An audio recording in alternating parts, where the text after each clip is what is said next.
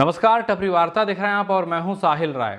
भारत के नए आईटी नियमों को नहीं मानने की वजह से ट्विटर ने भारत में इंटरमीडिएटरी प्लेटफॉर्म को मिलने वाली छूट का हक खो दिया है, जिसकी वजह से अगर कोई भी यूजर अब ट्विटर पे कोई भी गैर कानूनी पोस्ट डालता है तो उसकी जिम्मेदारी अब ट्विटर की होगी।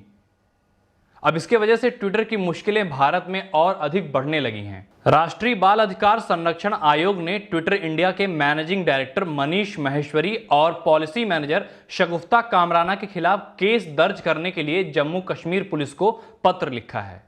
यह शिकायत एक ट्वीट को लेकर किया गया है, जिसमें एक बच्चा हवा में फायरिंग करता हुआ नजर आ रहा है और 4-5 लोग उसको बंदूक चलाने के लिए प्रोत्साहित कर रहे हैं। इसी बीच आज एक और घटना घटित हुई। दिल्ली हाईकोर्ट में ट्विटर इंडिया ने इस बात को स्वीकार लिया कि भारत सरकार द्वारा बनाए गए नए आईटी नियमों का अभी तक ट्विटर ने पालन नहीं किया है।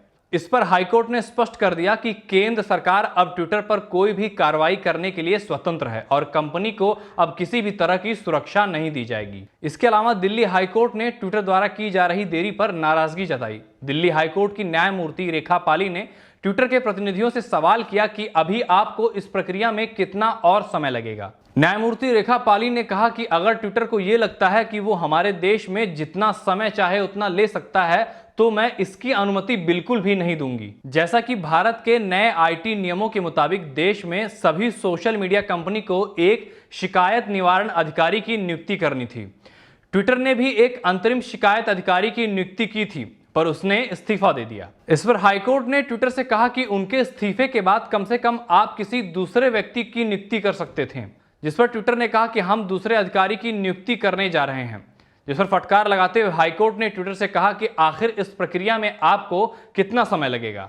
हाईकोर्ट ने ट्विटर के वकील से कहा कि आप अपने क्लाइंट यानी ट्विटर से पूछकर बताइए कि शिकायत अधिकारी को नियुक्त करने में ट्विटर को कितना और समय लगेगा। देखिए, मौजूदा हालात को देखकर अंदाजा यही लगाया जा सकता है कि ट्विटर को जल्द ही भारत सरकार के नए आईटी नियमों का पालन करना पड़ेगा, क्योंकि भारत ट्विटर का एक बहुत बड़ा मार्केट है। आपका इस मामले पे क्या कहना हमें कमेंट में लिखकर बताएं। और अगर आप ये वीडियो YouTube पे देख रहे हैं तो हमारे YouTube चैनल टपरी वार्ता को सब्सक्राइब करें।